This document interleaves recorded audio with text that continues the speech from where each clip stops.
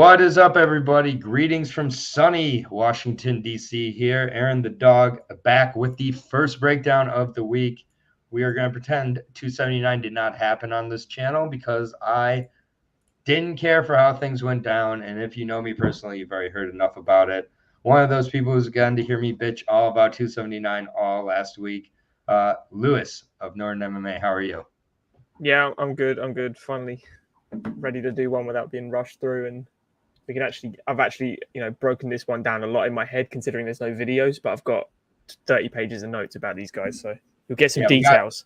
We got 14 fights on this card. Good God. I mean, we're going to be saying this more and more. The last quarter of the 2022 UFC year is just going to be weird. Just accept it now. You're going to see things like the Dern card coming up after a week break. That is just horrific. I mean, I have a lot of time for Mackenzie Dern, though, so it's okay.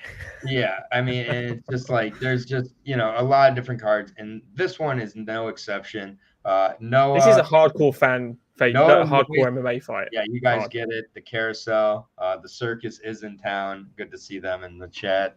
Appreciate you guys. Yeah, this is definitely a hardcore card. I'm excited though. I think there's a lot of really exciting fights on the card. At the end of the video will be the Week 8 Contender Series picks from me as well. So I will be including those just as like kind of a quick picks video.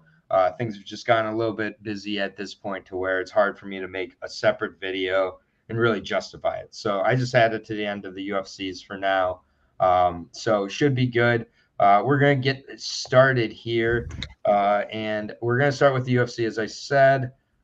Really good card, 14 fights on the card. We have had some changes late, and I agree with the fight that's leading off the card at 155. These guys both coming off bad knockouts in their last fight, and not knockouts that they were on the delivering end of, but on the receiving end of. Nicholas Mota getting knocked out by Jim Miller.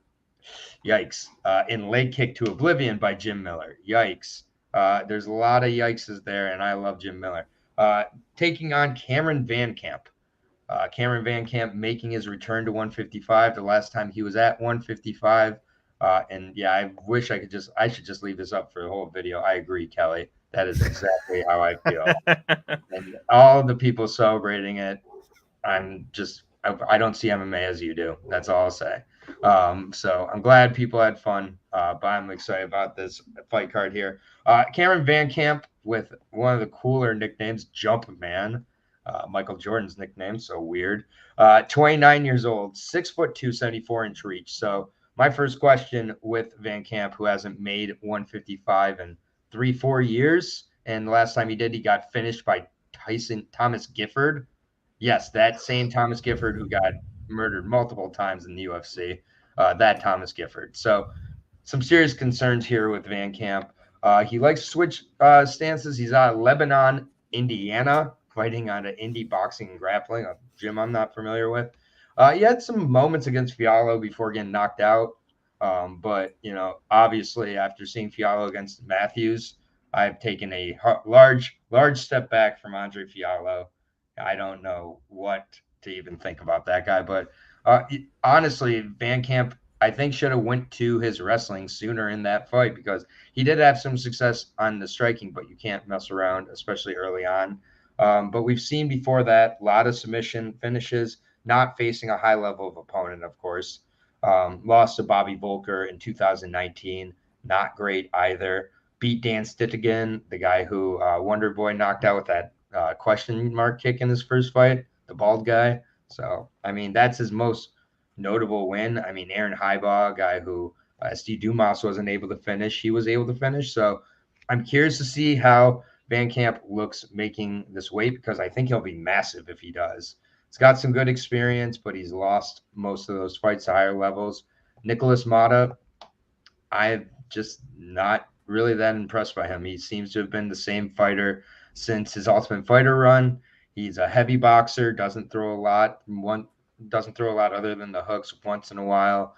Will throw a leg kick at the end, but hey, rear naked choked by Austin Hubbard. There's no shame in that. Austin Hubbard was a very good fighter, back in the day. I don't hate that much. And Nicholas Mota just doesn't really use anything other than that. So I think Mota has good power. He definitely can knock out his opponent, but he seems to be a hammer who, when you kind of return the leg kicks, return the damage back to him, he has trouble. He was starting to get leg kicked by Jim Miller really bad, got knocked out cold. I think Cameron Van Camp can also use his wrestling in this fight and be heavy. I'm curious to see how he makes 155 and how he's able to keep it going. But I just don't rate Nicholas Mata, man. I'm going with the lesser known Cameron Van Camp here. He's a huge underdog. I think that the odds are roughly the same for this fight for Mota as they were for the Jim Miller fight, which is over 2-1. And I just think that's wrong. And I think Van Camp, can lay it on him. So I'd see Van Camp doesn't KO him. It's going to be Cameron Gasback if he doesn't KO him. Well, I think he can KO him. And I do think that if he can get the wrestling going early, he's big enough to not completely deplete his gas tank. So I'm going with Van Camp. This is definitely one I'd want to see the weigh-ins to see how he looks on the scale, though. 100%. You got to see what he looks like. If he can make the weight, he's going to have the size advantage, the power, even speed, to be honest. Motta's quick, but Van Camp's got that switch left, and he has a devastating left hook, and Motta can't read left hooks from what I saw against Jim Miller. Jim Miller hit more 4 consecutive ones to sit him down. Or defend the leg kicks. No, I know he doesn't know how to check a leg kick either. Van Camp didn't really throw many leg kicks against Fiallo from what I saw, and I haven't seen a whole lot of Van Camp. I watched a lot of him in the build-up towards Fiallo, but I completely agree with Kelly. If he doesn't finish him in the first round, I think Motta's speed and being a natural 155er will probably steal him the second and third. From the last time I saw Van Camp, I'm assuming he's got a nutritionist now and he knows how to make the weight better. Otherwise, why would you come down here again and just... Right. Because, the size difference to Fiallo they're identical, really. They weren't, it wasn't the size disadvantage at all. It's just he got caught with some big shots. So, no, I could see why people would think Motta. I think the more technical, better fighter is Van Camp, but he might be compromised due to the weight cut. I agree. That's the only thing. But I completely see why people would pick Motta. Only by decision. I don't think he's going to knock Van Camp out. I don't think he has that power. But he's so currently minus 225 for Motta, plus 180 on Van Camp. Just underdog for this one, identical odds to I think last time against Jim Miller. And obviously Van Camp not as good as Jim Miller, also 10 years younger than Jim Miller, 6 inches taller than Jim Miller. There's definitely some things to like about Van Camp. I think he's getting a little buried and people are forgetting how good he looked before that knockout on very short notice against Fiallo. So yeah, it's dog or pass. I agree with Kelly here. And then Wrestling, good to see Mr. Snipes here. Van Camp looked better than expected against Fiallo until he didn't. Weight cut concerns me. Watching the weigh-ins for this one. Agreed. There's no rush here. You don't have to run to the window to get a plus 180 ticket on Cameron Van Camp. Wait till it's at least plus 200 if you're going to bet it straight up, and might as well go with the KO, in my opinion. But Miller's been fooling people since he got Lyme disease under control. Yeah, that's fair enough. All right, next fight. Good first fight, actually better than people are going to give it credit for. The second fight, really, really good, very high level here, and one I'm very excited about. We're talking about both Basharat brothers today. This is the one who is signed to the UFC. That is Javid Basharat, the Snow Leopard, taking on Tony Gravely. Really good fighter. I don't know any of these people, but is there any Indian fighters in it? I do not believe any Indian fighters are on this card, Malavitka. But, here's a chance to learn about some. So Tony Gravely, Javid Basharat, 135 here. The Snow Leopard right away, 5'9", 60. They have the same reach advantage, but we've seen this before. Reaches same reach, 69 inches. We've seen before how reaches are used very differently. Basharat definitely uses his reach much more effectively than Tony Gravely. I will say that based on his stance, on his striking, and everything like that. This is a really tough fight to call for me. And you can go through the resumes. Everybody can kind of go through the resumes.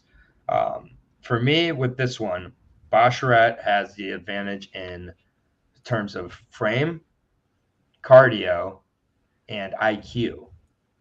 And for me, the advantages for Tony Gravely is athleticism, wrestling, experience. So it's a really, really tough call here because, which Tony Gravely shows up is a very good question. And his IQ gets compromised because his cardio, or his cardio gets compromised because of his IQ. I'm seeing a ton of people who are loving Basharat this week. And, I can really get it. And just looking at Basharat's record coming into the UFC, 12-0. Before his fight against Trevin Jones, there was a lot of questions. He beat a very questionable undefeated fighter on the Contender Series from Israel. Put him away in the third round. Before that, Alexander Beskovili, get it? He was 11-1 with Octagon, but wasn't too familiar. Before that, though, very low level of competition. But he really does take his time. He's very methodical. He always shows up in great shape. But for me, he does have the ability to, I think, accept the takedown a little bit too much and might do so in this fight. I think he's really got to be, working the sprawl and avoid being taken down by Tony Gravely, especially early. I think that Tony has a huge wrestling advantage, though. And I think that the reach, or the size difference isn't really going to matter here because I do think Tony – is going to be able to get a hold of Javid. So that's my real question with this fight. Can Tony keep it going? The last two fights have been a mixed bag. The Simon Oliveira fight, he made way closer than he had to make. And that's my real concern. With someone like Basharat, he's going to take advantage of, I think, those errors as Tony gets more tired and things like that. And that does lead me to believe a second, third round type of submission is really kind of where I kind of see this fight going for Basharat. But if Tony's really learned, my trouble is the Nate Maness fight. He was rolling in that fight. He should have been able to keep rolling and win that fight, no problem. Gets tired, makes a mistake, and gets finished. I mean, it's just, again, you look at the Berkshire fight. He was not looking great in that fight, but he looked better in that fight. But the fight before that, the De Freitas fight, why is that a split decision? Because he, again, falters, has trouble putting together consistent performances. Are we going to watch the new Woman King? No. No, we're not going to watch Kamaru's new movie. This is one that I'm back and forth on. My heart really wants to go with Tony Gravely here because I do want to give him credit for the level of competition and how he has looked against certain guys. I mean, look at his fight against Moutinho. Look at his fight against Gregory Rodriguez. Look at his fight even way back in the day against Damar Blackshear. I mean, he's faced a high Damar Blackshear as an amateur. He's faced a high level of opponent throughout his career. He's extremely athletic. He can control where this fight goes. Control is in Gravely's favor. I definitely can see Basharat wearing him out, taking advantage of a mistake, even keeping the distance for so much of this fight, just frustrating Gravely and then tiring him out and winning a clear decision. But I'm going to go against all that. I'm going to go with the American Tony Gravely here to use some good old-fashioned wrestling. And he's been looking to work on his cardio. Maybe he gets a finish along the way. I'm going to go with a decision here, but I could see him, getting to a point where he gets Basharat maybe to where he can use that ground and pound. Again, Munoz, one of the best performances I've seen out of Gravely. I think he builds off that. And I do think that Basharat's gotten a little bit overrated a little bit quickly here. So I'm going with my heart, and I'm going with the dog and Tony Gravely. Me too. Really? Yeah, I agree with you. I'm shocked. I think Javid is so much more technical and skilled. He just doesn't have that kill shot. I think that can really get Tony unless Tony just makes a stupid mistake, which he is prone to do. Mm-hmm. But I think Javid's gas tank was question marks at the end of that Trevin fight. It was a close fight, but Javid for me is, if Gravely gets sloppy with a takedown, Javid gets himself back to his feet. Mm-hmm. He's a wizard at snatching necks. It's what he does. That's where Tony's got to watch out. If he just lays and prays and old John Fitch styles this fight, he has a clear super easy way to beat Javid because Javid. I'm saying exactly. No, I agree. Yeah. No, sorry. So yeah, I'm picking Tony as well. I think Javid. I want Javid to win really badly. Yeah. I like him, but I agree. I think he might be. I don't think he's fought the level that Tony has, not even close. And Tony's beaten some really top guys. I just don't want him falling in love with his hands or falling in love with striking because distance-wise, Javid will snatch his body up. He will front kick him to bits. He will cut them legs apart. So Tony's really got to get a move on with the wrestling, and he's just got to keep him down because he will get tired from continuously taking him down as well. Yeah. And real quick, shout out to Furio MMA. A great follow on Twitter. He's been a really sharp, like new kind of betting capper that I like to follow. He says, feels like Gravely's win condition is a close decision. Mm-hmm. Don't feel like he'll finish Basharat, and the man should be competitive. Yeah, I don't think he'll finish him either. Yeah, I agree. Yeah. And, you know, a lot of times in these situations where I feel it is closer to a close decision, I like to have a plus money in front of my ticket, and that is what Tony Gravely is. I feel like Tony Gravely should be at the point where he's fighting a 15 or so. So I'm a little bit surprised they're giving him a fight this early on the prelims. I think he's going to be pretty motivated here, and that might be good and might be bad. He needs to fight like John Fitch in this fight, in my opinion. Yeah, because that is the clear route to victory. I get it. People want entertainment, but I want to win when I'm picking my guys. And plus 135 right now on Tony Gravely, minus 155 on Basharat. There has been money coming in, kind of going back and forth. It opened at minus 150. Now a little money's coming on Basharat, and now money's coming in on Gravely. I think it's going to stay about this. So it should be a good fight. Definitely Furio, a great follow though. Again, follow him on Twitter, follow his website. Really good stuff for all of these sports. And I appreciate you being here, Furio. Next fight. It's Savage Week on the podcast. So do I really have to break down a Julian Robertson fight, especially when it's against somebody without a number in front of their name? Probably not, because you should know where I'm going with this fight. But for fun, I'll give a quick breakdown on this one. Maria Agapova versus Julian Robertson. They have trained together before in the past. According to the information I've received, that training has gone one way, but that is also anecdote. That's also training. It's also been multiple years. Those are actually my worries with this. And I'm just gonna put this up here. This is funny from Kelly. Those are my worries with this fight. I think that Jillian needs to be very, very, humble coming into this fight. Which I wonder. She's now at Goat Shed. Not a fan of that camp for a lot of reasons. For one, they don't have any women training partners of note, really. It's where Hector Lombard is, isn't it? Goat Shed is not Hector Lombard. No, Goat Is it Shed. not? I swear Hector Lombard was there for a bit. No. That's okay. No. You're thinking no, it's not Goat. Goat Shed has had nobody of note.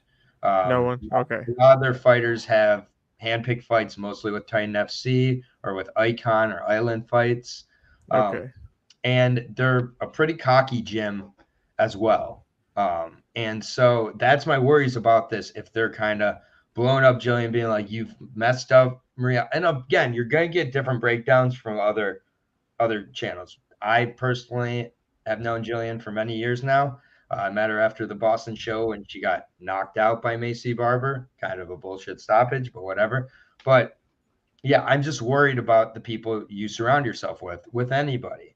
And I don't think the Goat Shed has the most stable personalities there. Maybe that's just a show they put out and they really focus behind the scenes. But Jillian's got a huge wrestling advantage in this fight. And she's got a huge advantage in the gas tank in this fight. Agapova is going to get worn down. Jillian has the advantage in submission as well. I think it's an early sub for Jillian here. I think she rolls. Agapova, when she's on her back, we've seen like Tracy Cortez on the Contender Series, 30-26. When you let Tracy Cortez 30-26, that's troubling. And Jillian has the most fights in the flyweight division. I don't think people realize that. She has the most finishes in the flyweight division. She's got very good wrestling, very good top control. She's not great on her back, but it's with Agapova, I just don't see Agapova, even if she gets her down, being able to keep that pace for 3 rounds. We saw with the Shanda Dobson. Cardio fell off a cliff after the first round. I mean, her striking, Agapova has an advantage in the striking power. That's about it. I like Julian Robertson here. I think you're getting a great price on her too, and she should get the finish by submission. My question with this one is, why is Jillian staying at 125? Because she doesn't want to cut weight, it appears. We've been asking this for a long time. That's what because she's fine beating the Agapovas of the world. She's fine beating the Cachoeiras of the world. She's fine beating anybody without a number in front of their name. And here's the other thing is that a lot of people forget, but if you go back and watch the Talia Santos fight, which I know not a lot of people here are going to do, I've gone back and watched that. Not only did Jillian win a round, she was the closest to finishing the fight in that fight. She has tremendous, tremendous skills. It's just, my question is, does she really want it? Is she going to get rid of things like Dean Thomas? Because that, to me, is a problem. She's been with Dean Thomas since she was 16. He wants to be a television personality. He does not want to be an MMA coach. He is not instilling her with confidence, and I should shut up. Julian Robertson by sub. I think a lot of people probably have the same thing as me now, which is you've seen Jillian lose a lot, and there's a straightforward way how to beat her. Put her on her back and just have good takedown defense, because she cannot strike. You see her pulling her punches. She doesn't sit on anything, which is really... Agapova at least does that. Yes. I think Agapova is athletically way better. I never like hearing who won in the gym, because it's always bullshit. Mm-hmm. Always bullshit. So you ask one person, it went one way. You ask another, it goes another way. So I don't want to upset the apple cart. Yeah, exactly. What? So what? How many years ago was that? How quickly do people improve? And who's going 100% in training? Yeah, if you are, you'll get kicked out pretty much, unless it's like the camp is built around you and you're a superstar. People don't like going 100. I agree with Kelly though. Yeah, and that's my issue as well. I am going with Agapova because annoyingly and harshly, I also think that mentality also applies the other way. I think they're both quite soft mentally. I think just Jillian's fucking tough as shit, but I think she's just not got the right corner team. She's not got the right preparation, and Agapova's a little trickier to figure out than she is in game plan wise. It's tough, man. But yeah, it's tough. I mean, I don't trust Agapova, by the way, but I am picking her. Yeah, no, I like Jillian here. I like the price on her, minus 140. I think it's a steal with her experience and everything like that. But, it is a question for me. Does Jillian want to just be a professional grappler, or does she want to be a champion? Yeah. Because at this point, I'm a lot less sure than I was a year or two ago. I'll be honest. But I also like that Jillian's taken some time off and worked with the Goat Shed. And we don't know. Maybe I'm hating on the Goat Shed too much here. Yeah, minus 145 plus 125 on Agapova here. You have to send me a link to who's actually at the Goat Shed. I want to see who she trains with. Yeah. There's a few up-and-comers male-wise, but female-wise, I think it's next to nothing, to be honest with you, man, which I do not like at all, but it's better than Jose Shorty Torres, who she was training with before. Anyways, I should say less. Next fight. This one's weird. Trey Ogden versus Daniel Zellhubar. Well, I'm interested for your take on this one. Yeah, we got a big super athlete who throws a lot of single shots, has a lot of problems that are going to get exploited at some point here. And Daniel Zahubar, 12-0, Mexico, 23 years old, won on the Contender Series, 6'1", 77-inch reach, taking on the now 32, nearly 33-year-old Glory MMA Fitness fighter in the BJJ product, Trey Ogden, Samurai Ghost. Daniel Zahubar, 12-0, coming off of the Contender Series where he had a pretty competitive fight with Lucas Almeida, who was coming off a long period of inactivity himself, a little bit older. Basically, Lucas was winning till his cardio fell off. And then Zahubar did take take over. So Zahubar throws a lot of single shots, a lot of single kicks, things like that. He doesn't throw a lot in combination. So that's one of my concerns. Also, his fight in Icon against Alexander Barona. Went back and watched that one. He was able to avoid the takedown by like bouncing off the ropes. Just through athleticism. Yeah, and it's like it wasn't on technique. And Ogden's going to be all technique in here. And if he has the wrestling, I think he can really possibly exploit Daniel Zahubar. But I can't get behind Trey Ogden after that Jordan Levitt fight, man. That was one of the worst game plans and performances I've ever seen. And for him to lose to Levitt the way he did, both these guys don't throw combinations. Zahubar probably can catch him with the power and have the more effective strikes to win a decision or put him away. But I'm not feeling confident on either side here. I can't go with Ogden, though. I just really didn't like what I saw. I think he's gotten into UFC a tad late. I think Zellhubar is going to be the guy who's continuing to improve. But if Ogden snatched up a submission here, it wouldn't surprise me. I think it's either Ogden submission or Zellhubar KO or decision.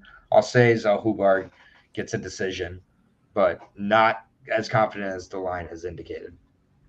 No, again, couldn't agree more with submission or knockout pretty much. I think Ogden could if he manages to just survive an onslaught, pretty much get round to the back and get his hooks in. That's pretty much the only way I can see him doing it. Because, as you say, Daniel Zahubar just sits on those shots. He's almost like a boxer meet a Muay Thai fighter, where Muay Thai, you're throwing combinations at three, normally at a max, but a lot of the time you just throw single shot kicks. He tends to do the same thing, but when he does land, it's so ridiculously impactful. It's going to shut Trey down. It really will. I think Daniel, this is like the level he beats in the UFC. The people that are literally the lowest rank. People probably shouldn't be there, like Trey Ogden. Yeah, exactly. Or just filling spots, essentially, to make up the card numbers for the year.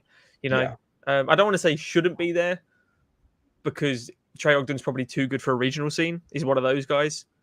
But he's not good enough to make a run or be impactful. He might steal a win or two in the UFC. That's definitely going to be one of them. Yeah, I mean, he got a split decision against Jordan Levitt, and people are hard on him. And I don't know, it makes it harder than it should be. But I think Zellhubar's gonna obliterate him with one shot. To be honest. Yeah. Well, the odds. But his background is a bit sketchy. The opponents he's faced, Yeah, the odds definitely agree. Minus 275 on Zahubar, though, is insane. That's a bit high. Yes, high. That's a bit much. We don't know how good his jiu-jitsu really is at this point. Plus 230. Not sure where a finish comes from here. I would say Ogden submission or the power of Zahubar. Yeah. That's what we just said. But, I mean, I'd sure a decision. But, I mean, Zahubar, has ridiculous power, and he's going to have a huge size advantage here. So that's... I mean, sure, a decision. I just don't. I'm not. Trey's going to be looking to close that distance and grapple immediately. Stop that power from coming over the top. That could definitely lead to a decision too. But I mean, Trey Ogden is a legit black belt in jiu-jitsu, and I mean, he's got legit submission ability. So that's where we see the finishes coming from, Furio. But it's cool if we see other sides on it too. Next fight here is not my favorite fight of the night. It's a 115 fight with Loma Lookbomi. She's fine. Loma's fine, and Denise Gomes making her return from the Contender Series recently. Moise is saying Ogden bum brother. Okay, fair enough. I didn't pick him. But yeah, Loma versus Denise here. Denise, out of the 22 years old, out of Brazil, coming off the Contender Series where she took on Ryan Amanda, 11-5 jiu-jitsu player. Went to a decision. Honestly, Ryan's striking was looking a little bit too good in there against Denise at times, and that's definitely a concern for me. You're higher than a bad pussy if you're putting minus 280 on Loma. Yeah, fair enough. How would this fight not go the distance? Which fight, eh? Are you talking about the Ogden and Zahubar fight? Because I kind of agree with that. I think I would say the under is more likely for that fight. But On to this one. This fight, I think the over is much more likely. Denise 6-1. She lost her debut to a 6-3 Gisela Morea. She got knocked out in that fight. Goes in pretty reckless for a lot of her striking. Her toughness against Delduvea was what ended up getting her the win there. But I think if she uses that strategy against a technical striker like Loma gets to really show off her Muay Thai again. And how would this fight not go the distance? Oh, this fight is definitely going the distance. Loma, I think gets to use her technical striking. She stays at distance. But she's so small for this division. It's always my concern, no matter who she goes against, is that her opponent could just be more physical. And Denise fought at 135 against Dudueva in that fight. Dudueva is a big 135er. And she was able to withstand the shots, break the pressure, and work her down. I could, see Denise doing that, but I don't have the heart to do it. I'm not betting Loma either, though. Loma coming off a loss to Lupita. Lupita coming off that horrible performance in her last fight. So who the hell knows what a Lupita loss means in the UFC at this point. Before that, the Sam Hughes fight, Jinyu Frey, she got to show she could wrestle too. Now I think she gets to go to show her pure Muay Thai because she'll have, I think, a willing striker in Gomes. I think Loma's just better, so Loma by decision. But I'm not betting it. Yeah, this is just a Thai boxing fight. Yeah. Is it? Denise Gomes, by the way, I've watched a lot of her Thai boxing fights. She's got very good power. She really does. For someone her size, she's going to have a massive size advantage in this. Loma's going to have a volume advantage, but that's not really her style because she's a traditional Thai boxing style of 1, 2, 3, sit back, check, reload, basically set up the next shot. You can telegraph a lot of Thai fighting just based on how their hips are and how their ankles and every setup is so easy to read, but you just can't block it because it hurts too much. That's pretty much it. You know it's coming and it's just going to hit you like a shotgun. I like this fight. I don't really care who wins, to be honest. I'd rather Loma just because she's more fun to watch. But it's just, hey, my favorite martial art. I'm just going to watch Thai boxing fight, so it's fine with me. Yeah, and Gomes, 22 years old. I mean, a win over Loma here is huge for her. Yeah. She don't fight like she's 22 though. No, she definitely doesn't. But I was kind of underwhelmed with her performance on the Contender Series. I think she's one of the people who got signed who's like, should she have been? But you hear that sizzle? You hear that sizzle, people? We're on to a steak fight. Aspen Ladd taking on Sarah McMahon. This fight is sizzling because it's a steak fight. I am not excited at all for this one. This is a snoozer. Sarah McMahon, former silver medalist in wrestling, 41 years old or something now. Aspen Ladd, part of like one of the worst main events ever in UFC history against Norma Dumont, where she threw like 4 strikes for the whole fight. When you put Aspen Ladd onto her back, she's a turtle. When you put Sarah McMahon onto her back, she's a turtle. Is Aspen Ladd going to be able to take down Sarah McMahon? I wouldn't think so. Is she going to be able to stop the takedowns of Sarah McMahon? I'm going to say no after the last fight against Carol Rosa. Sarah McMahon is my pick by decision. Not much more to say, except it gives me time to make my steak. I don't even think as well that if Aspen Ladd can defend the takedown, that she's actually going to be. What's she going to do when she defends it? Is she going to throw a strike? No, but that's what I mean. Like when they're standing in the center, I don't see her unloading.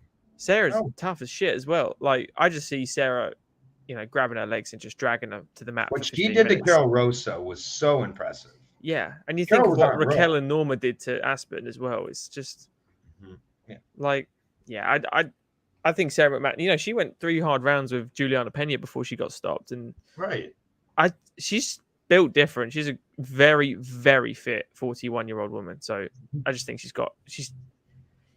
not much. She took the time off, recovered from damage from Sarah McMahon's she's one of the vets. And definitely a live dog here. Plus 115. Yeah, for sure. Minus 135 on Aspen Ladd. But I think that will soon swap after that first round. That first round, if Sarah McMahon just holds her for 5 minutes, suddenly it'll be like a minus 300. Aspen Ladd is a flyweight who struggles to make bantamweight. I know. That is a red flag, people. Sarah McMahon is a world-class. She got exposed. Yeah. Yeah. I think Sarah McMahon completely exposes Aspen Ladd here. Yeah. And we stop this madness of keep giving Aspen Ladd these favorite tickets over and over. Every time Aspen Ladd's on the card, she's the favorite, no matter who she's against. It's so this obsession with the. Anyway, Sarah McMahon plus 115. Yeah. Let's make that steak because unfortunately the steak is going to keep sizzling here because we have back-to-back steak fights, in my opinion. But this one should be an exciting steak fight. The bantamweight question mark. Trevin Giles, former cop, fresh off a knockout against Michael Morales, taking on Luis Koski, who's making his return from, I think, double shoulder surgery he had in his 2 years off. He had a lot wrong with him. I guess a lot of injuries, which doesn't lead me really that encouraged here. We have 7-1 versus 14-4. We have 8 fights versus 18 fights. That is a huge difference in competition. We have Trevin Giles, who's been in there with Brendan Allen, been in there with Michael Morales. As you know, in that last fight with Michael Morales, he rocked Michael Morales badly with that straight right. And the jab is always there, as the commentary will say, within 5 seconds. Trevin Giles is pretty good. And I'm just curious, is 170 his weight class? Or is he just taking too much off and compromising? Because he went out against the cage against Morales pretty badly early. Mm-hmm. And, it's like, can he really take a shot? And the one thing Koski, I'll give him credit for, powerful striker, or was before. The monster, but 7-1. Not a fan of the Koski brothers. Both fighting out Syndicate MMA now. He lost to Sasha Palatnikov last time out. Now, he claimed he was very injured, but against Sasha Palatnikov, minus 600. That was Koski's line. Don't you wish you could go back in time and be like, oh my God, Koski's minus 600 against anybody in the UFC? I have to bet the other person. But appreciate it, Matthew. We appreciate the support here. Always, Matthew's one of the great ones here. But yeah, I mean, Koski got on the Contender Series after knocking out Victor Reina, who's one of the worst 2-time Contender Series participants ever. Like, really bad. Other than that, 4-4 Art Hernandez, 4-8 Bill Smallwood, 18-42 Daniel McWilliams, 0-0, 2-3, 4-4. Okay, that's how he got into UFC. He's supposed to face Preston Parson back in April, tested positive for COVID. He's been off for 5 months since that. So hopefully that's not an issue, but either way, Trevin Giles, just the much better guy. His last 2 fights, he has been knocked out, and he's been knocked out pretty badly. That's a concern here. I think Koski can catch him, but no, I'm not picking that. I'm taking Trevin Giles, who has wins over Roman Dolidze. He has, just better wins on the regional scene. He's had a struggle in the UFC. I will admit that, but I just think he's so much better in this matchup, and he just has to avoid the power early of Luis. So give me Trevin Giles, and I'll say he, gets a decision. Again, I agree. I think Trevin Giles is so much better than Koski. I don't know where I stand on him yet. Until he proves it against someone decent. Again, they're giving out these contracts like they're free tickets now, and I think Trevin Giles should be very happy with this matchmaking because I think he is a 170. I know he's got some good wins over some really big dudes. He's got a win over Ryan Spann. Remember that? Bevan Lewis. They're big boys. They're big boys. He was going to fight Jung Park, and there's some massive names on his thing. Duplessis looks so fucking big in that fight compared to him, and Morales as well. He was doing really good against Morales. He was teeing him up, a couple good shots, looked so fast, and then Morales hit him once, and his head snapped back, and he was like, "Okay, I'm backed against the cage," and it was done. 10 more times. Yeah, exactly that. So, I mean, Trevin Giles, he's taken 8 months off now, which is what we would like to see at least, right? Because whenever these guys get knocked out and they're back 3 months later, you're like, they're losing. There's no way. They either get knocked out or they fight like Tony Ferguson fought in the main event.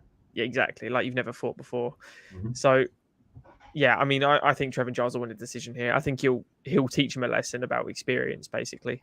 But it doesn't really do much for Trevin Giles, which is annoying for me because I don't know. I like him. I think he's a good fighter. Yeah, minus 200, pretty steep. Plus 165 on Koski, but I think it's justified. So, move on to the next fight. And now that I'm done with the 2 steak fights there, back on a really good fight. Second from the top on the prelims, one of my favorite fights of the night. One of my favorite fighters in the UFC. If you know me, you know who I'm talking about, and it's not Pat Sabatini. I love me some Damon the Leech Jackson. And after how the Leech was treated last week, let's give this Leech a chance, because give Leech a chance. That's all I'm saying. Damon Jackson, Pat Sabatini, 2 veterans here. 26 fights for the 34-year-old Damon Jackson, 20 fights for the 31, nearly 32-year-old Pat Sabatini out of Pennsylvania. 17-3, as I said, 5'8", 70-inch reach coming into this fight on a nice, tidy 6-fight win streak. Last fought in April. Dropped the first round against TJ Laramie. He did rebound in the second and third, looked really good. So there's that, but that's not great. Before that, he beat Tucker Lutz. I don't know about you, but I don't rate Tucker Lutz all that highly, and he looked okay there. Jamal Emmers rocked him. Well, it had him in trouble, and then Jamal Emmers decided to abandon ship on the IQ and go for a heel hook, and then he himself got heel hooked. So then there's the Tristan Conley fight. Tristan Conley took the fight on very short notice. Close fight again. And it's Tristan Conley. Is he really that good? Beat Michelle Pereira. Just say that's fair, but I mean, that was a whole 2 weight classes below. It's a whole nother Oprah story. Yeah. Tristan Conley's been coasting on that for a minute. I would, wouldn't you? I'd have T-shirts made every day. Before that, Jesse Sterren. Not great. He did put him away with an armbar, but still, Jesse. What's his best win? What's his best win for you? Sabatini? Yeah. Blackshear and Emmers. But the way I would have said Emmers. But the way he beat Emmers is so not impressive. If they fought 10 times, I think Emmers wins 8, kind of thing. And yeah, he was on his way to winning one of those 8 there, and Emmers decided to go for a heel hook after he had rocked Sabatini. So Sabatini's tough as nails, man. He is really, really talented as well. I don't mean to completely poo-poo him here in favor of my guy. It's like, and he's got legit submission skills. He's very offensive here. Damon Jackson has been, finished before. I mean, but typically he's not finished with the submissions. He's usually finished with thy striking. Mavlid Habulov. Now, if I remember correctly, at one point that was flagged as a no contest because Habulov, I'm pretty sure, tested positive for sauce. But either way, knocked him out cold. That's not how Sabatini's going to go about this fight. Tapuria, same thing. Pressure, knocked him out cold. Kevin Aguilar, that was a fight that was just crazy. It's just like, that's going to happen. But, honestly, I feel like Damon Jackson took the lessons from his failed UFC run, and he really learned from them against some good competition on the regional scene, slowly increasing it. And then his last 3, I get it. Arguda, he got struck up quite a bit. Arguda took that fight on the week of notice. And I just think it was just one of those spots where Damon Jackson did what he had to do to win. Got the back control, did what he needed, got out of there with a win. Wasn't pretty. It was also, a little over 3 months ago. I do think he comes into this fight much more, focused. The way he looked against Kirk was just so outstanding. Rosa, again, really good, control. This is a great fight. I'm not going to lie. But I like Damon Jackson, man. I think Damon Jackson does enough to stay out of the bad, spots, keep the pressure on, lands a little more on the feet. And I just think grappling, it's going to be scramble, scramble, scramble. Either guy could get a finish there for sure. Or, either guy could have good control from there. And that's why I think it's going to cancel each other out. And we're going to see more of a striking affair. And I'm going to give it to Damon Jackson, the Leech. You didn't mention Safe Saud. He's got him in the corner, isn't he? Yes. Yeah, so it's like an extra man in the cage with when you go screaming. But at least he's training at Fortis with other good guys. He is, yeah. I think it's a real big style makes fights kind of thing. Pat Sabatini's got a lot of volume and he's really heavy-handed, but he makes again, it's an IQ thing. I think if Pat Sabatini had Damon Jackson's IQ and Damon Jackson had like Pat Sabatini's skills and body, like they'd be unbeatable. Yeah, together they'd make a super fighter. Yeah, I just think Pat makes so many fucking mistakes. I know he's riding a really, like, on paper, it's a great win streak. You know, he's on a 6-fight win streak. Fantastic. The names he's fought aren't his fault. They're what's given to him. Brilliant. But he still won the fights. He's finished a few of the fights, which is great. I think Damon is so much better. Like, the way he uses, he's so sneaky. Everything he does, he uses his brain, doesn't rely on his strength or just pure technique. And I think he's fought a lot better people. I like Damon Jackson as well. I think he's going to control Pat on the ground quite comfortably. And he's going to frustrate him as well. In the striking, I don't think Damon's going to want anything to do with Pat. I think it's going to be literally a striker via grappler. Because I think if Damon wants to strike with Pat, he's going to get KO'd. So I think Damon's going to win a really grindy decision. Okay, so he takes a similar kind of approach to his last one, just kind of. Yeah. Okay. Yeah. Just, I think, cleaner. You know, I can definitely see him getting clipped. Definitely see him getting clipped, but he's tough as fucking nails, man. I mean, it took Topuria. Topuria is a different kind of animal. Like, right. So yeah, I'm not really comparing Pat Sabatini to Ilia Topuria with knockouts and stuff. So I mean, I think an advantage here is for Damon Jackson is he's lost in the UFC. Pat Sabatini hasn't. I actually think it's an advantage. So, which sounds strange to some, but minus 180 on Pat Sabatini, plus 155 on Damon Jackson. I will be taking a stab at Damon, and I get it's a close fight, so I would suggest dog or pass on this one from my perspective, but it's going to be a good one. I'm excited about it. Next is our featured prelim on the card. It's an okay bit of weight fight. I don't know. It could be good. I don't think it's going to be that great of a fight, but it's a decent matchup. Anthony Fluffy Hernandez taking on Marc-Andre Barrio out of Canada, Bar. I mean, this fight is it's a hard one to kind of nail down. And I feel pretty similar to Kelly here with the pass from a Can you get a read on Andre Barrio yet? I can't get a read on Anthony Hernandez yet. No, because he looked so fucking good against Josh Frem, didn't he? He looked brilliant. Like incredible.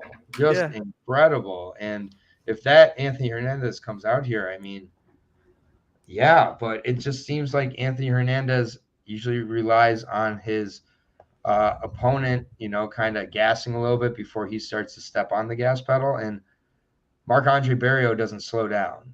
That's my thing with this matchup. I think Marc-Andre Barrio is actually a very good, tough matchup for Anthony Hernandez. I think Barrio is going to be able to strike with him. I think at times he'll be able to wrestle Anthony down. I think Anthony's going to willingly go to the ground because of his jiu-jitsu. I think Andre Barrio is going to be able to do enough to stay out of trouble. I get it, Vieira guillotine. Everybody's going to say that about Hernandez for the rest of the time. That was a gas bag of a man. That was a corpse that he submitted. Marc-Andre Barrio doesn't slow down like that. So I think Barrio can kind of do what Barrio does. Box, grapple, clinch, strike while he's clinching against the cage low, which he's really started to do over his last few.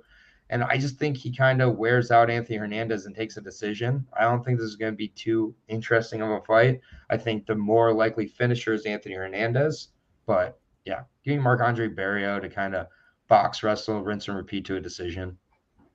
Do you know what? Based off of his last performance and how wrong I got it, I'm going with Hernandez. I think if he can replicate what he did against Josh Fremd, where he didn't give up, when Josh had that little 2 minutes, he got that second wind and he flipped Anthony, reversed him, got on top. Anthony just reversed him back, and he just kept so calm and clear-headed, and his striking looked clinical as well when they got back to their feet. And I can't get a read on Marc-Andre Barrio. The guy's a fucking enigma to me. I do not rate Jordan Wright. He got shut out by Chidi quickly. He beat Dalcha and Abu Azaita. It's like, okay, Abu Azaita is a good win. He's lost to everyone else, of note, pretty convincingly. I mean, the Jotko fight was a split decision. I had Jotko winning quite clearly, but yeah, I mean, I don't know what to make of Barrio. I think he might have reached his ceiling when he came into the UFC. He, went on that horrible skid, no wins in 4 fights, and the people he's beaten, I just don't hold that highly. And yeah, I mean, I'm going with Anthony Hernandez for no other reason other than how he looked in his last performance. If he comes out and he's improved again, brilliant. If it was a one-off and he looks back to how he looked against Kevin Holland or Marcus Perez, That was a hot, I don't want to see that guy, but it's a tough Yeah. fight to read.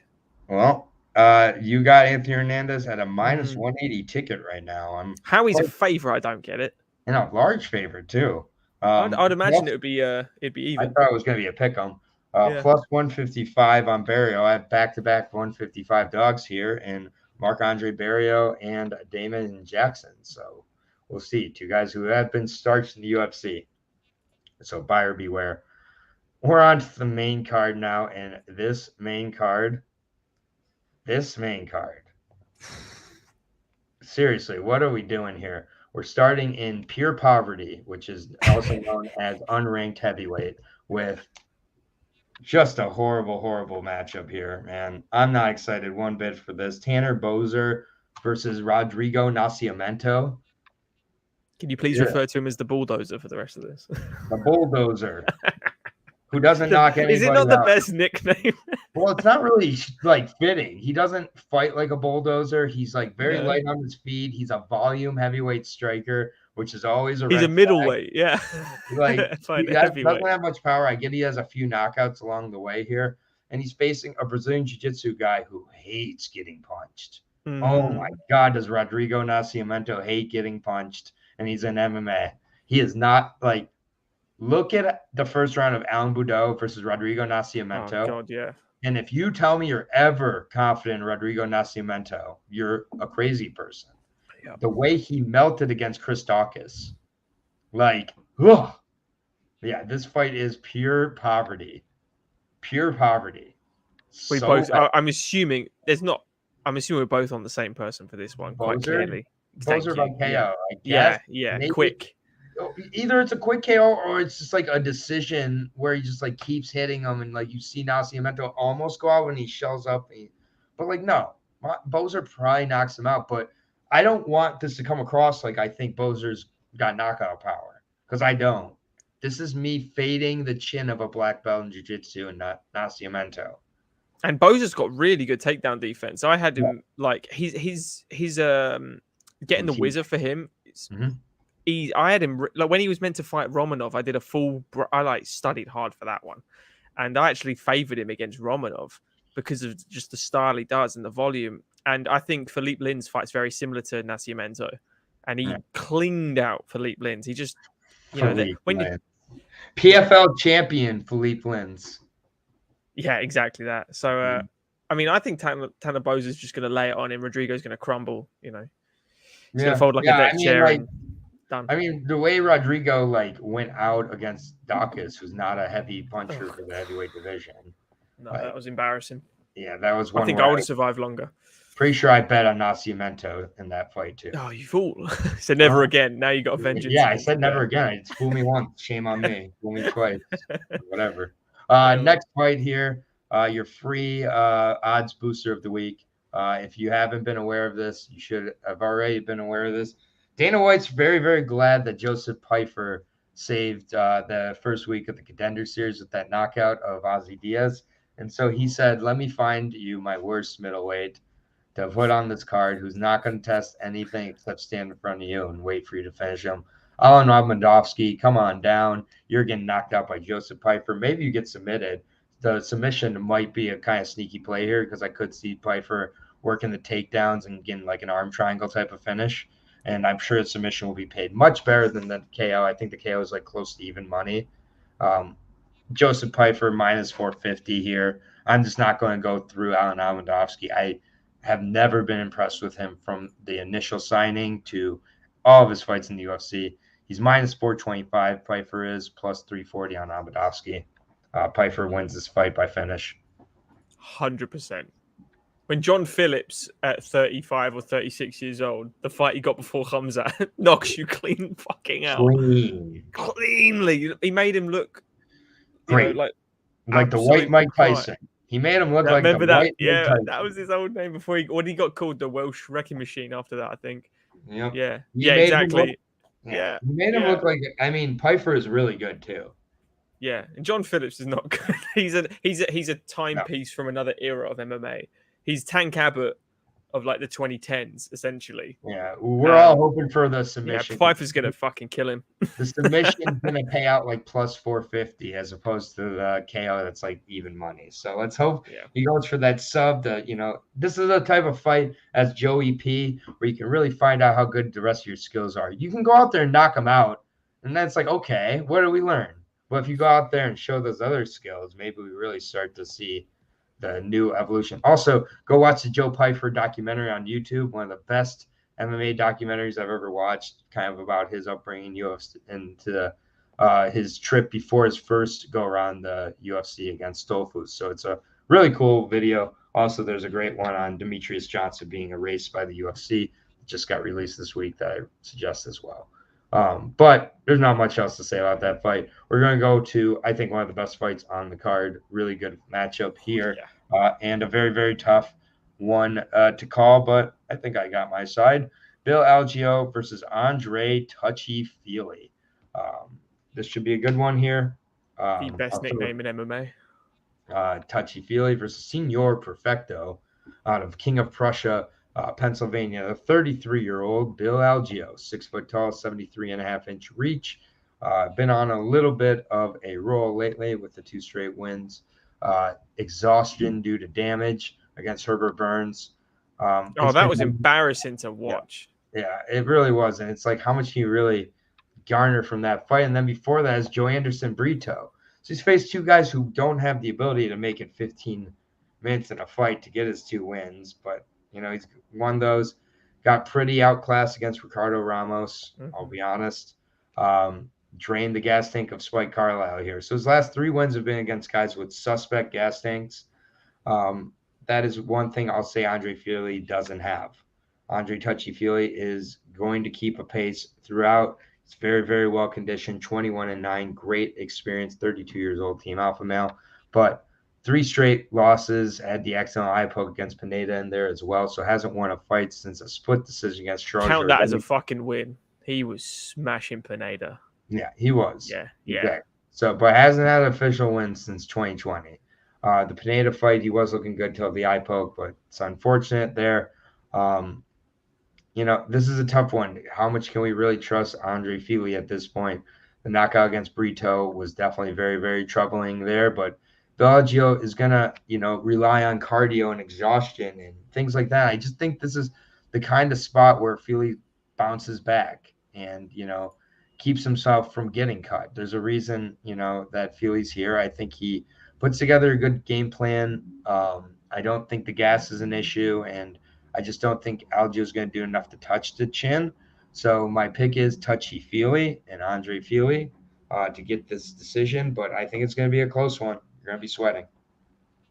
Andre Feely is, to me, one of the most well-rounded guys in all of mixed martial arts. He literally has everything. He's got excellent striking, very good head movement, brilliant jiu-jitsu, great wrestling. He's got the length, distance management. He's losing his chin a bit. I think he gets cracked too easy, leaves his chin exposed a little too much, and he's willing to do what the other person wants to do. With Bryce Mitchell, he was willing to grapple. It's like, stop.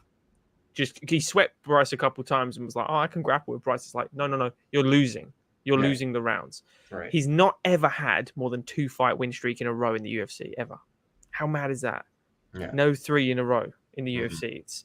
But he's fought ridiculous people. He's fought Holloway, Yair Rodriguez, Calvin Cater, Dennis Bermudez, Miles Jury, like Sadiq Yusuf. These are ridiculously good people. He beat Charles Jourdain, not too long ago.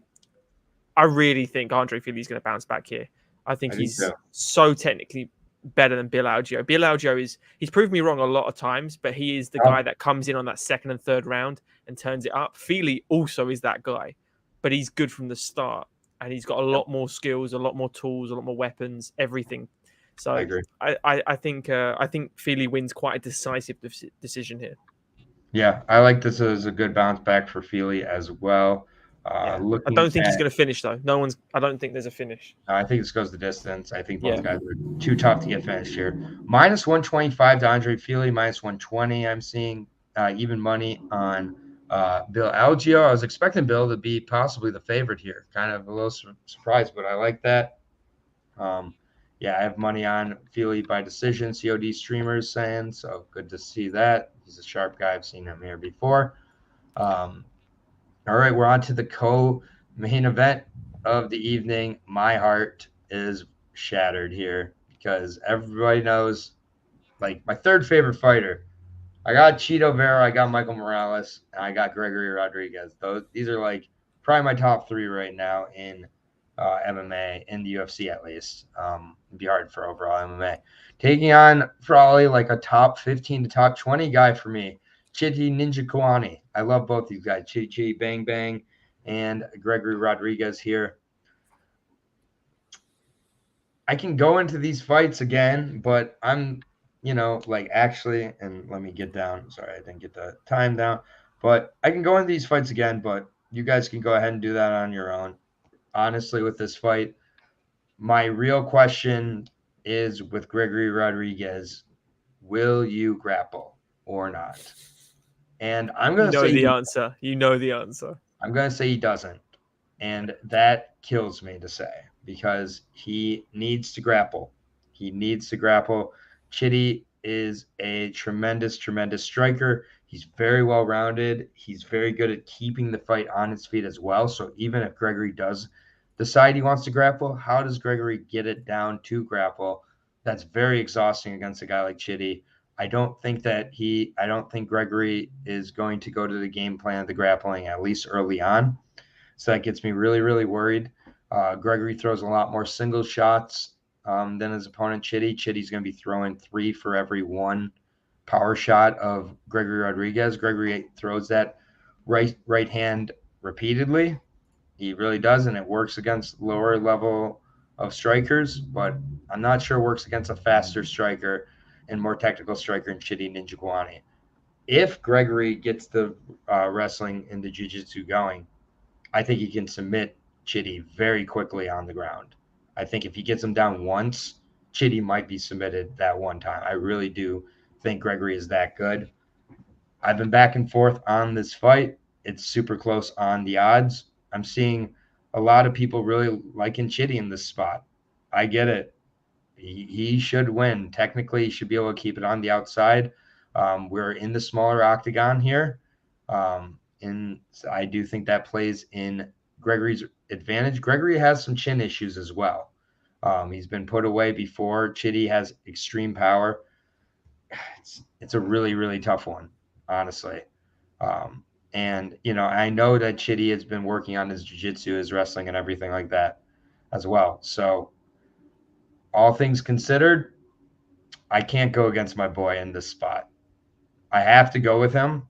But this is another one where I understand the side of Chitty, but I think that Gregory Rodriguez mixes it up in this fight later in the fight. I think early on, it's a lot of striking, and I'm going to be very nervous. I'm going to be holding my breath early on. But I do think that as the fight goes on, he expands the game plan a little and finally starts to use some of those takedowns and grapple with you. So I like Gregory Rodriguez to get – actually, I think it's going to surprise a lot of people, but I think he's going to get a decision. I think that, this is going to be a really close fight. It's going to be competed on the feet a lot. I could see both guys getting rocked at points in this fight. And I think Gregory, gets maybe credited for more of his grappling than he did with the Armen Petrosyan fight. Because once he decided to grapple against Armen Petrosyan, the amount of success he had was just like, why didn't you do this earlier? Yeah. And that's what losses are for me, is that you learn from them. So early on, I think we see a lot of striking. I think as the fight goes on, I think that Gregory is smart enough and maybe even successful enough to get a couple trips, get a couple takedowns, and use that jiu-jitsu. So I'm going to go with Rodriguez, and I know everybody's picking a finish. I got Rodriguez by decision. It is interesting. Chitty's faster. Stays on the outside. He's got a 4-inch reach. He's got an 80-inch reach. He's a long-arm dude. Mm-hmm. I think his grappling is very high level, Chitty. Like, not offensively, though. Defensively. He's got the same kind of grappling as Michael Bisping. Michael Bisping has incredible grappling, but only defensively. You would never see him use it offensively because what's the point? He never wanted... That's not his game. It's not Chitty's game. Chitty's got his his grappling aspects from a defensive point where he can land the big shots and keep it in the striking. Same as Chuck Liddell, they're all the same. All these guys, they learn it for a defensive element. It ain't going to be enough if Gregory wants to grapple, though. There's like the level difference is you need to spend your entire childhood doing grappling to get to that level. It's like you're not going to learn wrestling for 10 years and try and get to the Makhachev and the Khabib's kind of level. It just doesn't happen. So in that sense, I think Chitty's going to not outperform Gregory because Gregory's striking is very good. He was kickboxing with Petrosian. I thought he was beating Petrosian on the feet as well. It's a very, very close fight. I thought he beat Petrosian, period. Yeah, he definitely won the fight. 100% won the fight. I don't know how the fuck the judges saw that differently, especially with the grappling where he definitely dominated. Like the Suliov stretch. Yeah, exactly. It was so dominant in those aspects, whereas the striking was even. So even those tonight, but yeah, that's another conversation. But I think Chitty's power, the speed, everything like that is a real worry. I don't think Gregory's going to worry too much. What he did to Julian Marquez, which was bully him, snatch him. That guy's head's made of concrete, and he just knocked him down multiple times and just waited for that one-shot kill. This is why I would suggest for this fight. I would suggest skipping it. I really would. On a betting perspective, it's a coin flip, isn't it? It really is, because Chitty's been knocked out before. He's been choked out before. Gregory Rodriguez. What I'm worrying though is Gregory's got a fucking good gas tank. For a bigger dude, he can go and he doesn't slow down. Chitty, I'm waiting for him to push the pace in the third round, because I want to see whether he can keep that speed, keep that momentum, keep that outside jab going. There's a moment in every Gregory Rodriguez fight, besides the fights where he loses, to like Jordan Williams on the Contender Series, but where you see his opponent react and like look at him after a right hand, and they're like, "Uh-oh!" And like, it happened to Jun Young Park, it happened to Julian Marquez, it happened to Julian Marquez. Yeah, I mean, yeah, and it's just like he was like, "What the fuck's in your hand?" Yeah, and this is a great fight. It's a fascinating fight. Again, I'm edging with Gregory Rodriguez here because I do feel he is the better all-around fighter here. But Chitty, if it's primarily a striking fight, Chitty should be able to take this one. But yeah, I got. Kelly's saying to watch the Contender Series. Didn't the Contender Series fight? It was straight away in the third though, wasn't it? It wasn't like the full distance. It was wasn't it like a minute in? Yeah, it was pretty early on in the third round. Yeah, I'm not saying he's got a bad gas tank. I just want to see whether the pace is going to be pushed like Gregory pushes a pace, like when it's high pace. This is a great fight. This is my fight of the night. This should be everybody's fight of the night. I got Gregory Rodriguez going to the odds really quickly, and then we'll be on to the main event, and then I'll just quickly go through the Contender Series. But over to Gregory, he is it's currently a pick 'em, -110 each side, -105 I'm seeing for Gregory on some sites. I would wait to bet Gregory if you're betting Gregory, because I do think Chitty will be the favorite at Fight Night, but it's going to be a really interesting one. And I'm super pumped for this. Both guys definitely deserve this platform. I'm glad they got the co-main event. Also, if Chitty wins, I think he stops him. Hey. Otherwise, I actually think Gregory should be the favorite for how he's fought in the last few fights. Yeah, I don't mind that at all. We're on to the main event now, and it's a good one and a close one, in my opinion. Another one I've been back and forth on. Cory Sandhagen taking on Song Yadong. This is an interesting fight here, and we're gonna find out how good Song Yadong is. Like, we're really gonna find out, because he's being thrown into the absolute deep end. First 5-round fight here for the 24-year-old, 19-6-1. He's coming off of a grappling loss to Jacob Rodriguez. That's weird. Like 2 months ago, but that's fine. Stayed warm. Against Marlon Moraes, put him away in the first round very early. What does that really mean? Not much. Before that, Julio Arce completely outclassed him, put him away in the second round. Casey Kenny, close split decision. A little bit of a concern there. You see the loss to Kyler Phillips before that. He lost to Chito Vera as well. So again, he did not lose that fight. He didn't win that Chito fight. I agree.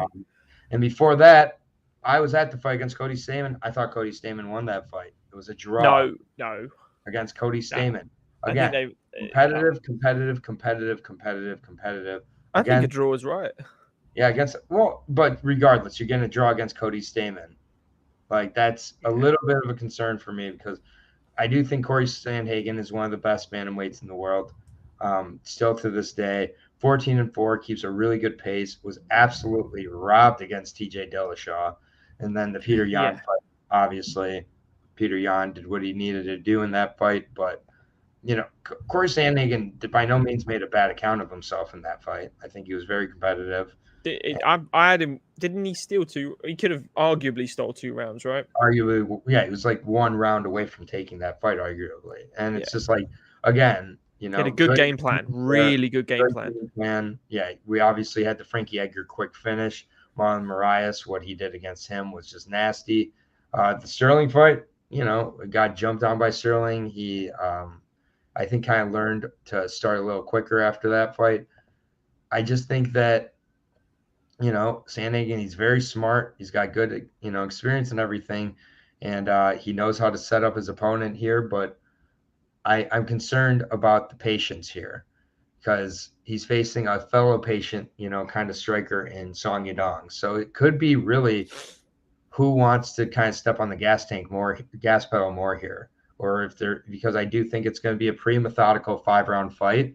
And it could be just a more impactful shots in each round. And if that's the case, you have a guy in Song Yadong who I feel hits harder than Sandhagen, and might have, you might have like a 12-10 significant strike type of round where Sandhagen has the edge, but who had the more effective or harder of those 10, significant strikes.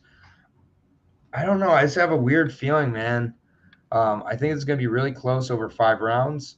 I think that Song Yadong is going to take a huge step forward here. I think he's going to eke out a decision win. I think it's going to be very close. I think it's going to be, one that is going to surprise a lot of people. I think Song Yadong has the best performance of his career, and he's going to need it to win a decision here. And we get the breakout that we've kind of been waiting on Song for a while. That was supposed to happen after the Cheeto fight, but everybody knew he lost the Cheeto fight, and then he lost to Kyler Phillips. For me, I just think Song Yadong has a speed advantage here that he can take advantage of, and I think it's going to be a lot of patience, a lot of, tactics in this fight. So Sandhagen has lost fights he's won before. He has a tendency to kind of look like sometimes he's losing fights he's winning, and that's something I don't love. And Song Yadong has shown he can win fights where he's losing, and I know that's not the most technical, but that's a good quality to have in Song Yadong. He doesn't, when he's facing adversity, he has not shown it in these fights. Like, he really keeps a good fighter face, you could say, like a poker face. And I do think he is ever improving at 24 years old. I think a lot of people might be sleeping on him this weekend, being like, Sandhagen gets back on track. He lost to 2 great guys. He's still so great. He's still so fun. I don't know. Sandhagen had some issues against Ilir Alcantara back in the day. Like, it ain't all beautiful for Sandhagen either. I mean, and, he's a slow starter at points. Song could build up a little bit of a lead and then just be in a spot where he needs to steal around late. Good team. Give me the dog and Song here, man. I think he ekes out a decision. So close. I didn't expect you to pick Son. I understand. No, I think Son definitely. I completely agree. He has a speed advantage. There's no doubt in that, and also a power advantage. He has that lovely blitz. Blitz is in. He knows when he blitzes as well. People are going to counter the straight right. 24 versus 30 as well at bantamweight matters. I just think Cory, when he lost to Aljamain Sterling, the switch flipped, and he went, "I'm not doing that again," basically. And what he did to Marlon, everyone's done it to Marlon Moraes these days, but still did it. The Frankie Edgar knee, the timing of that knee, to see that perfection. TJ, he won that fight clear as day. He won the fight. Petr Yan, he came out fast. That first round is the one he won, like for definite. He was calf kicking. Song Yadong hates getting calf kicked. That's one thing. Everyone does, but because of Song's style, he's in your face constantly. He's not laterally moving in and out. He's getting in and out from from like a karate base almost. He's not a karate fighter, but he has that. He uses that because he likes to blitz in and out. He blitzes in and out with a left hook, and then when he does actually connect with the left hook, he just starts swinging. Yeah. It's just a nice swing. It's nothing crazy, nothing unorthodox, nothing too technical either. It's just swinging his head on the chest and swinging. That no one can defend that in the time, because you can have your guard up, and because he hits so hard, it's still going to rattle you, whether you're defending it or not. And it happened against Julio Arce when he did that, when he blitzed in and sat him down. If you look, the guard is up on the first time. The second time, he can't get the guard up high enough, and it just rattles his brain. Cory is way too crafty and intelligent for me. I think he is maybe not the second best bantamweight. Oh, there you go. Yeah. Kelly gets it. He gets it. Yeah, good man. I personally think that I don't think he's the second best bantamweight. I think Aljamain, well, he's shown he is the best. Petr Yan is up there. It's them two. Sandhagen is the next in line. He's the guy that he's almost a Colby Covington of the division. If these guys weren't champion, he'd be successful at it. And I think this is way too much for Song. I really do. I think Song's not done 5 rounds before. I don't think he's going to go into that 4th and 5th like Sandhagen, where we know Sandhagen can go. Have you seen any in shoes with his cardio though? And I get only at the end of the Casey Kenny fight. Yeah. But that was probably due to the grappling. Right. Which Cory's not going to do. Isn't he though? He's crafty as well. So you never know Cory's game plan, because his team like to set him up for that individual, the specific individual, not just as a general rule set. I think Song can go into every fight with his own game plan because he's so dangerous. He can shut anyone's lights off instantly. But I don't know. Cory's got everything. He's just so long as well. The reach, I haven't even checked the reach, but I'm assuming he's got a much better reach. 4 to 6 inches. I would assume if that's what it is. Yeah, I was thinking about 3 or 4 inches advantage, which is it's massive for Cory. He's always the larger individual at this weight class as well. Knows how to use the reach. Yeah, and he's fast, man. Like the speed, he not just hands wise or striking wise. I mean, like his movement is so fast. Yeah. So I think it's a speed battle. You're going to see 2 real quick guys, and I think the last 2 fights of this card are great, man. These are great. These last 2, like, it's nice when you can build up to a co-main event and main event that are actually worthy of watching, not hinting at any other cards that have happened last week. 279. Do you know what I really feel? I know you said you think Song can do it. I personally feel this is going to be a shutout. I think Cory will win every round. That it's kind of the position Cory's been put in here. That's the only way that's the only way he gains anything really from this fight. If it's a close, eked out fight, you're like, how good is Cory Sandhagen? See, if it's a close fight, I think it shows how good Song is now. Right, how much he's improved. Yeah, that's how it's tough for Cory. If he doesn't shut him out or finish him, Cory doesn't gain any position from this. I'd like to see Song v TJ Dillashaw. That's what I'd like to see. Yeah, I think stylistically he can finally shut him up. That if he beats Cory Sandhagen, you'll see that next, probably at the end of the year. But Song Yadong is a plus 160 underdog. As another underdog for me on the card. I got quite a few on this card, and minus 190 on Cory Sandhagen. So really quickly, we'll go through our quick picks for this, and then I'll go through the Contender Series, and then we'll call it a day here. So 118 even quick. All right. So starting at the bottom, way back in the day, we were talking about this. Nicholas Mota versus Cameron Van Camp. I have Cameron Van Camp getting an upset win. Yeah, me too, man. Decision. I've got him knocking him out. I think he'll knock out Mota. As long as he makes weight. Yep, as long as he makes weight, that is definitely dependent. Tony Gravely versus Javid Basharat. I'm on Tony Gravely. Uses the wrestling and physicality to get the decision. Yeah, John Fitch 101. Tony Gravely. Hopefully. Next fight. So that's 2 underdogs to start out the night for us. Next fight, Maria Agapova versus Julian Robertson. I'm on Julian Robertson. She uses the wrestling, uses the grappling, puts her away by submission. First or second round. I'm going to go Agapova by decision. It's all right.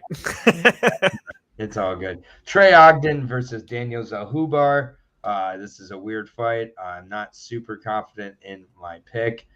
In fact, I hardly can't even remember who I picked, but I'll go Zahubar by decision. I'll go Daniel Zahubar by KO. All right. Not confident on that one. No, me neither. Loma Lubume versus Denise Gomez. Loma Lubume by rinse and repeat decision, Muay Thai boxing. Yeah, Loma by decision.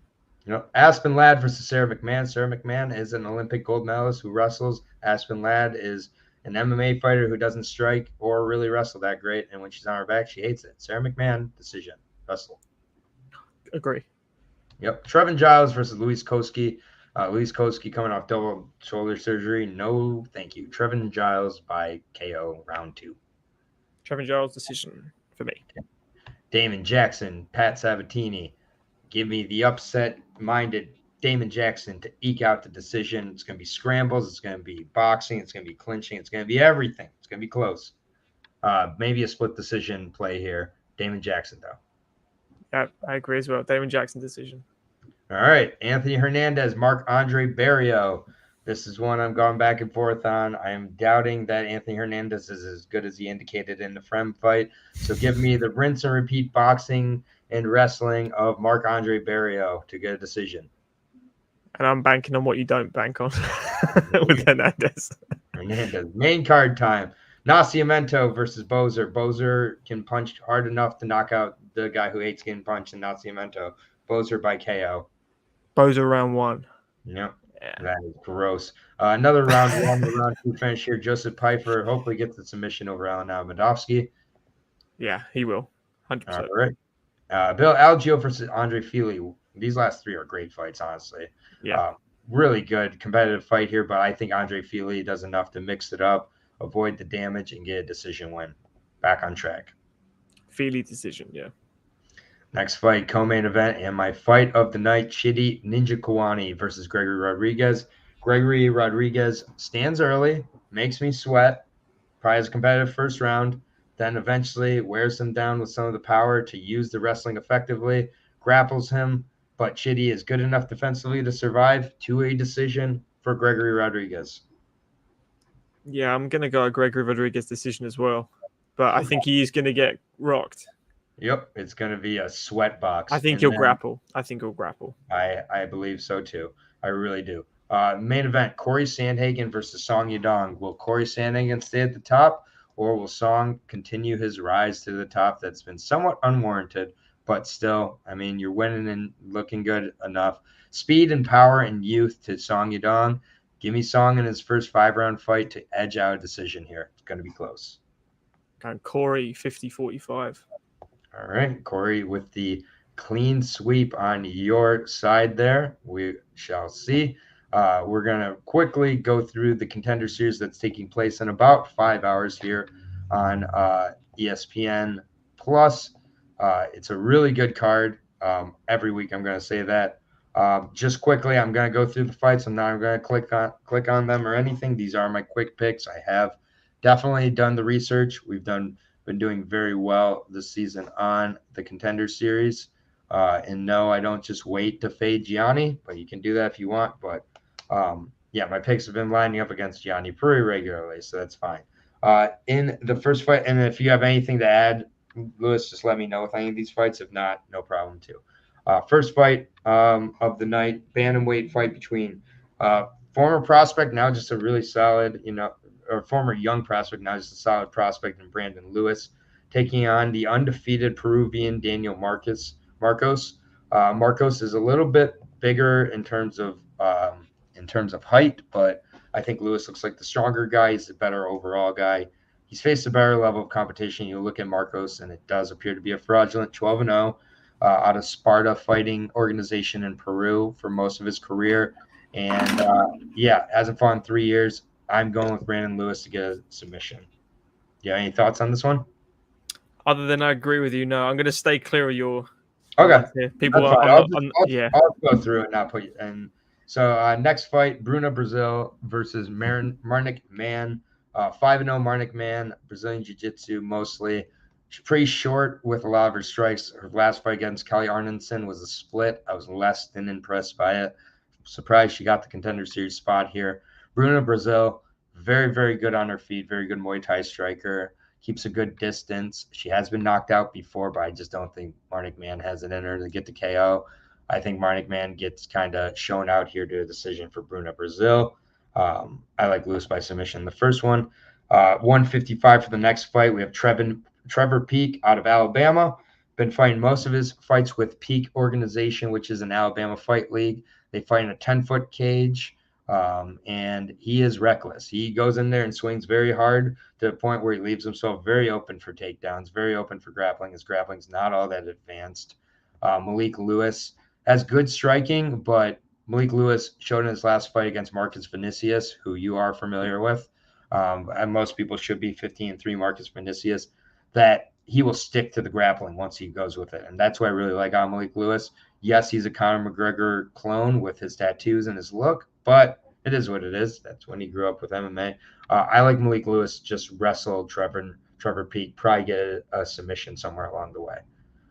In that one, the next fight at 185, the guy who got uppercutted by Hazmat in Ikram Aliskerov, taking on Mario Souza, the guy who won on the Contender Series. Then he's lost on the Contender Series. Then he had a couple wins off the Contender Series, and now he's back. Takedown issues for Mario Souza are going to continue to be an issue. He's a very good striker, but he can't keep himself off the mat. Once he gets onto the mat, he can't get off the mat. Ikram, clearly that's his route to victory here. He's just going to use the ground and pound and either wear him down with a ground and pound or submit him, but I think Ikram rules here. And by the way, those first 4 picks are the favorites really quickly. They are the favorites. Lewis is a -150 favorite, while Bruno Brazil at -140, Malik Lewis -200, and Ikram is -550. Main event time, the other Basharat brother, Farid Basharat, 8-0, taking on Alan Bagoso, LFA product, coming off of that super impressive flying knee knockout of Paris Stanford. Another very long guy. Bagoso is a shorter guy here, but he's much more athletic and stronger. And I think that Farid's getting a little bit over valued here at -330. I love Alan Bagoso in this spot, +230. And I like him to get the KO. So I have 4 favorites and the underdog in the main event. So we know the favorites have not been doing all that great on the season, but it is what it is. So I have Brandon Lewis, Bruno Brazil, Malik Lewis, Ikram Aliskerov, and Alan Bagoso. I personally feel most confident about Bruno Brazil, and then Alan Bagoso will be bet separately as a KO prop as well. So that's going to do it for the UFC Fight Night / Contender Show. You can probably expect this next Tuesday. Wait, there's not one next Tuesday. So in 2 Tuesdays from now. So I'll have a Contender Series video next week. I will be covering the LFA 142 card as well, headlined by Jacqueline Amarine tomorrow. So that's what's to be expected on the channel. In the comments is the timestamps as well. Yeah, this week I do feel is a little more lopsided with the Contender Series. So I think you're going to see a lot of people who aren't paying attention to fights being like, oh, underdogs are winning all the time. Let's sprinkle a bunch of underdogs here. You got to look at the matchups every week, which is what we've been doing here. It's why we've had success with the Contender Series. But Norton, anything that you want to plug or mention before we take off here on your side? Other than there will be some new videos being made shortly. Not this week, unfortunately, due to work, but due to work, there'll be some different kind of videos coming out. And if you want to be involved in them, you can drop me a message as well, because one of the ideas is to have more people on. So yeah, that's awesome. So definitely at Norton MMA on Twitter, at Norton MMA on Instagram. You can check out his YouTube channel as well, and all that. It's all great stuff. Always great to have you here. Thank you, everybody, for joining us. This was definitely more, the pace that we want to work with the breakdowns here. We want to go for about an hour and a half or so. So it's really works. So appreciate everybody. Enjoy the Contender Series tonight. Hopefully we can hit dog to end the night in Bagoso and chalk until then. So talk to you guys tomorrow. Peace out. Keep taking care of each other out there.